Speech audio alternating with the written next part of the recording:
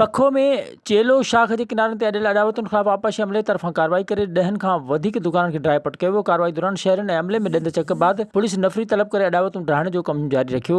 आपाशी ऐं रेवेन्यू अमलदारनि मुख़्तियारकार अब्दुल समी लोहर ऐं SDO अफसल अबड़ो पुलिस साण करे कार्रवाई शुरू कई त शहरनि सख़्त मुज़ामत कई ऐं अॾावतूं ढाइण न ॾिनियूं, जंहिं ते आपाशी अमलदारनि वधीक पुलिस नफ़री घुराए 10 खां वधीक दुकाननि खे ड्राई पट कयो। शाख जे पुछड़ ताईं रहंदड़ आबादी खे पिणु वार्निंग ॾिनी वई त ॿी कार्रवाई ताईं शाख जे किनारनि खे ख़ाली न कयो त वधीक घर ड्राया वेंदा। मुख़्तियारकार अब्दुल समी लोहर मीडिया खे ॿुधायो त असां ही पहिरीं कार्रवाई करे सिर्फ़ शहर मां गुज़रंदड़ चेलो शाख जे किनारनि ते थियल कब्ज़े ऐं अॾावतुनि ख़िलाफ़ कई आहे। ॿी कार्रवाई रहायशी घरनि ख़िलाफ़ हूंदी। होॾां मुतासिर दुकानदारनि लियाकत सुमरो, बशीर मुग़ैरी, राणो मुग़ैरी ऐं ग़ुलाम सरवर मीडिया अॻियां धाईंदे चयो त असांजा सालनि खां क़ाइमु दुकान आपाशी अमले बिलाजवाज़ गैर क़ानूनी नालो ॾेई ड्राहे लखें रुपयनि जो नुक़सानु कयो आहे। ॿिए तरफ़ शाख जे किनारनि ते आबाद माण्हुनि खे घर ड्राइण जे चिता ते रवासिन चयो त हू बटड़ा वठी काॾे रवाना थींदा। हुननि chief justice high court Sindh, वज़ीर आला सिंध ऐं ॿियनि वसवारनि खे अपील कई त ख़ुदारा उन्हनि जा घर बचाया वञनि। विज़िट कयो अवामी आवाज़ मीडिया ग्रुप जी वेबसाइट awamiawaz.pk।